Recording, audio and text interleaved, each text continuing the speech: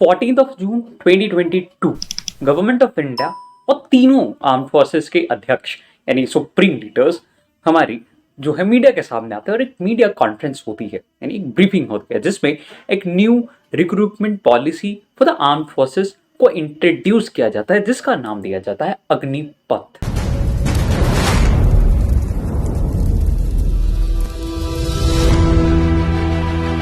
देश धर्म, देश जाति। तो ये जानने से पहले भाई ये अच्छी स्कीम है बुरी स्कीम है क्या सीन है प्रोटेस्ट क्यों हो रहे ये जानने से पहले ये जानना बहुत ज़रूरी है कि आप आर्म फोर्सेस में पहले कैसे जा सकते थे, आपके पास कैसे क्या ऑप्शंस थे आर्म फोर्सेस में जाने के लिए।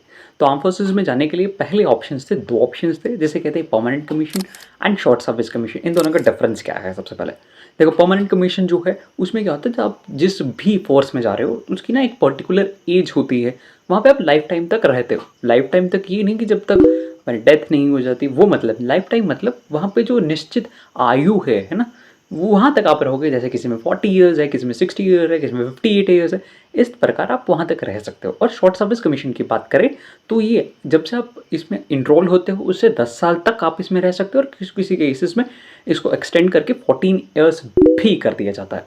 अब जो परमानेंट कमीशन है उसमें क्या होता है कि आपको पेंशन, ग्रेजुटी, ठीक है, एक्समैन सर्विस के जो इतने भी बेनिफिट्स हैं आपको मिलते हैं, लेकिन ये बेनिफिट्स आपको शॉर्ट सर्विस कमीशन में नहीं मिलते, जिस कारणवश शॉर्ट सर्विस कमीशन की भी बहुत सारे केसेस चल रहे हैं कोर्ट्स में। अब आप देखोगे जब आप शॉर्ट सर्विस कमीशन और परमानेंट कमीशन से जाते हो तो आपको क्या क्या रैंक्स मिलते हैं। तो these are the ranks that you can get, officer ranks और सोल्जर रैंक। अब ये जो अग्निपथ स्कीम है इसको समझने पहले एक से दो चीज़ आपको क्लियर करना बहुत ज़रूरी है। सबसे पहले जो अग्निपथ स्कीम है it is just for soldiers. जैसे आपको बताया था कि सोल्जर्स, सिर्फ सोल्जर्स के लिए, किसी भी ऑफिसर रैंक में आपको जाना है, लेफ्टिनेंट, मेजर, कर्नल, उनके लिए वैसे ही भर्तियाँ चलती रहेंगी जैसे वो चलती हैं विद एग्जाम्स एंड ऑल, वैसे ही चलती रहेंगी। ये सिर्फ सोल्जर्स के लिए है।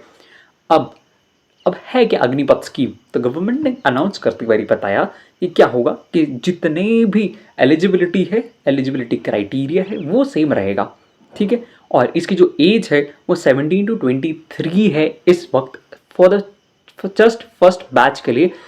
अब ये हमने जान लिया कि who can join arm forces, लेकिन आगे बढ़ने से पहले एक क्वेश्चन का आंसर मैं आपको देना चाहूँगा। कुछ लोगों को अभी भी लगता है कि जो अग्निपथ स्कीम है it is a parallel drawn between the current rallies and it is a parallel to that, but ऐसा नहीं है। जो भी परमानेंट वो जो रैलीज चल रही थी वो सारी रद्द कर दी गई हैं। अब जितनी भी रैलीज होंगी सिपाही की भर्ती के लिए तीनों ही सेनाओं में वो किससे होंगी? वो अग्निपथ से होंगी। अब देखो, अब ज्वाइन कर लिया, अब इसके बाद क्या होगा? What after joining it? तो सबसे पहली बात यह है कि आपको जो है 4 साल तक आर्मी में रखा जाएगा। अब इन 4 साल में क्या क्या होगा?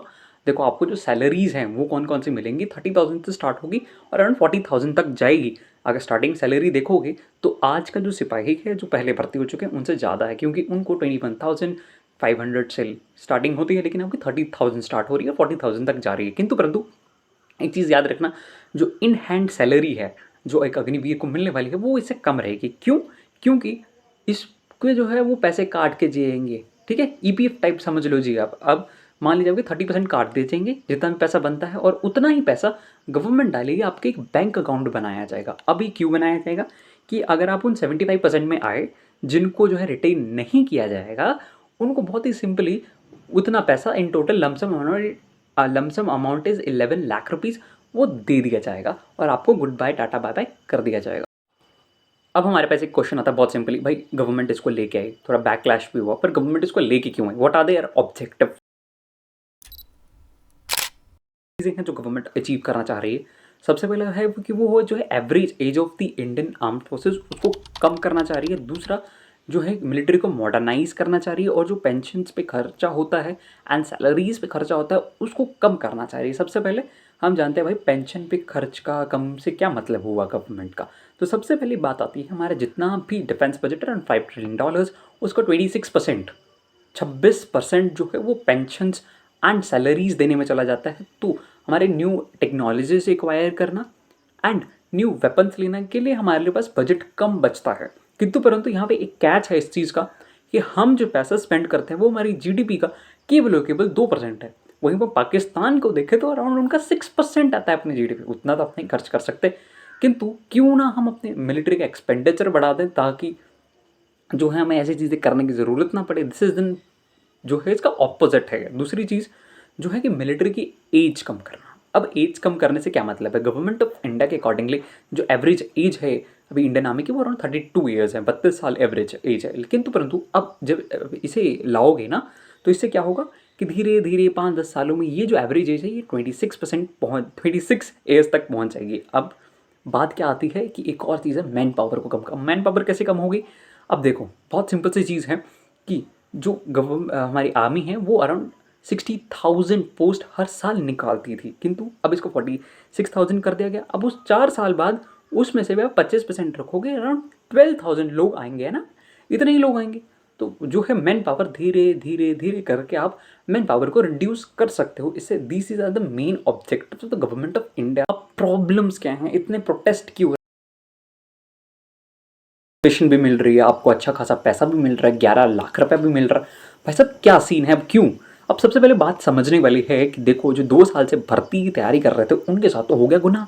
उनको तो ऐसे सरप्राइज मिला है भाई साहब कि मतलब कोई कह नहीं सकता और उनके दिल का दर्द कोई समझ नहीं सकता, क्योंकि उनकी एज भी हो गई और 23 अपने कर तो दिया पर फायदा नहीं हो उस चीज़ का। जो एग्ज़ाम दे के बैठे थे उसको आपने निरस्त कर दिया, एग्ज़ाम लिया ही नहीं उनका, भर्ती शर्ती हो गई सारी। अब देखो प्रॉब्लम्स क्या क्या आती हैं। सबसे पहली प्रॉब्लम जो है वो कही जा रही है कि टेन्योर बहुत कम है, 4 ईयर्स।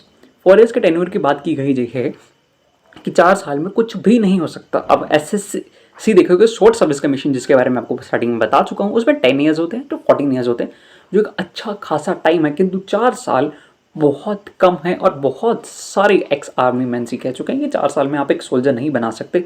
जो आप एक सोल्जर बना रहे थे जिसकी ट्रेनिंग 1 साल तक चल रही थी उसको आपने कट डाउन करके 6 मंथ्स कर दिया। 6 महीने में कौन सा सोल्जर बनता है, 3.5 साल में वो क्या सर्विस देगा? ऐसी चीज़ें भी सामने आ रही हैं और बहुत सारे लोग। दूसरी प्रॉब्लम भाई ये जो 75% लोग आप छोड़ रहे हो इनका क्या होगा? होगा क्या इनका? अब बहुत सिंपल सी चीज़ है कि कुछ कहेंगे भाई देखो लोग आएंगे, लोग को पसंद आ रहा है। एक बार बिहार में जो है एक पियोन की नौकरी निकली थी, उसके लिए भी पीएचडी होल्डर्स, बीएड पास्ड, हर एक टाइप के लोग आए हुए थे, क्योंकि अनएम्प्लॉयमेंट इंडिया में बहुत ज़्यादा है। अब ये कोई एक्साइट करने वाली स्कीम नहीं है, ये मजबूरी का फ़ायदा उठाने वाली स्कीम है। ठीक है, ऐसी चीज़ें लोग कह रहे हैं। अब देखो एक और प्रॉब्लम जो इससे एसोसिएटेड है वो है, ऐसी चीज़ें वो मेरे को नहीं लगता, किंतु परंतु ये चीज़ है, वो कह रहे हैं कि लॉ एंड ऑर्डर पे भी बहुत ज़्यादा इससे बर्डन पड़ेगा। कैसे? 4 साल में आप एक सोल्जर को बना के छोड़ रहे हो, उसको आप हाईली मैकेनाइज्ड वेपन्स चलाना सिखा रहे हो, उसको आर्मी की ट्रेनिंग दे रहे हो और उसको आप एक स्किल्ड वेपन आप शूटर बना रहे हो, तो क्या वो एक लॉ एंड ऑर्डर पे खतरा हो सकता है कि नहीं हो सकता? एक क्वेश्चन बहुत सिंपल आता है, क्या ऐसी एग्जांपल्स हमें देखने को मिले हैं जहाँ पे ये थोड़ा सा ऐसा एक वैसा रहा है? तो बिल्कुल Russia is an example of that. Ukraine में भी वो मार तो ही खा रहे हैं, क्योंकि भाई मॉरल जो मॉरलिटी होती है और मॉरल जो होता है ना, एक स्ट्रेंथ होती है एक सोल्जर की, वो बहुत डाउन है रशियन सोल्जर्स, क्योंकि वहाँ पर भी ऐसी कुछ स्कीमें चल। अब एक चीज़ बहुत इंपॉर्टेंट है, जो यहाँ पे कुछ चीज़ें कही जा रही है, कॉरपोरेट्स जो हैं वो जॉब्स देंगे, किंतु परंतु आप भी जानते हैं, हम भी जानते हैं, कॉरपोरेट्स में सबसे पहला क्वेश्चन क्या होगा? Why you were not selected in that 25%? अब उन 25% में क्यों नहीं आए? ये क्वेश्चन पक्का ही। If I talk about my opinion, what is my opinion? बड़ा सिंपल से ओपिनियन है। देखो द थिंग इज़ दैट, क्या है, खुद से एक बार क्वेश्चन पूछो कि आप अपने भाई को, अपने किसी रिलेटिव को भेज दोगे 4 साल के लिए, गोली भी खानी पड़ सकती है। अब देखो कुछ लोग यहाँ पे कह रहे हैं कि भाई आपकी देशभक्ति कहाँ गई? देशभक्ति की बात नहीं है। जंग में जा रहे हैं जिन्होंने इतने साल से प्रैक्टिस की है, अभी अब अपने घर से बाहर निकलोगे तो आपको कम से कम 5 से 10 लड़के मिल जाएंगे दौड़ लगाते हुए, और बहुत गर्मी में भी। क्यों? क्योंकि उनको आर्मी जाने का जुनून है और उनकी देशभक्ति पे तो कोई जो है शंका है ही नहीं। किंतु परंतु एक चीज़ होती है that is called job security. आप बिना जॉब सिक्योरिटी को किसी को अपनी जान सेक्रीफाइस करने के लिए कहोगे तो it is not that good. और एक मेरी चीज़ है, मान लो ये स्कीम बहुत अच्छी है, इससे जो हमारी मिलिट्री जो है मॉडर्नाइज होगी, किंतु परंतु इम्प्लीमेंटेशन क्या इसकी सही है? क्यों नहीं सही है भाई? भाई देखो, अगर आप इसको ऐसे लाते कि जो करंट रैलीज चल रही हैं वो एंड ये अग्निपथ स्कीम ये पैरेलली चलेंगी। कैसे?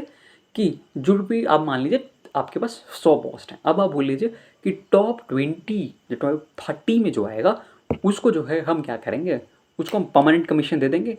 एंड जो बाकी रहेंगे 70% to 80% उनको हम देंगे अग्निपथ। और वॉलेंटियर लेकर तुम्हें लेना है तो लो, नहीं लेना तो मत लो। That is the way. और इसको धीरे धीरे धीरे आप करके इम्प्लीमेंट कर सकते थे। इससे ना ही सपने चूर चूर होते किसी के, और अच्छे से इम्प्लीमेंटेशन भी हो जाती। आई होप आपको वीडियो अच्छा लगा। If you like the video you can give a big thumbs up, और you can comment your opinions in the comment box. जय हिंद, वंदे मातरम।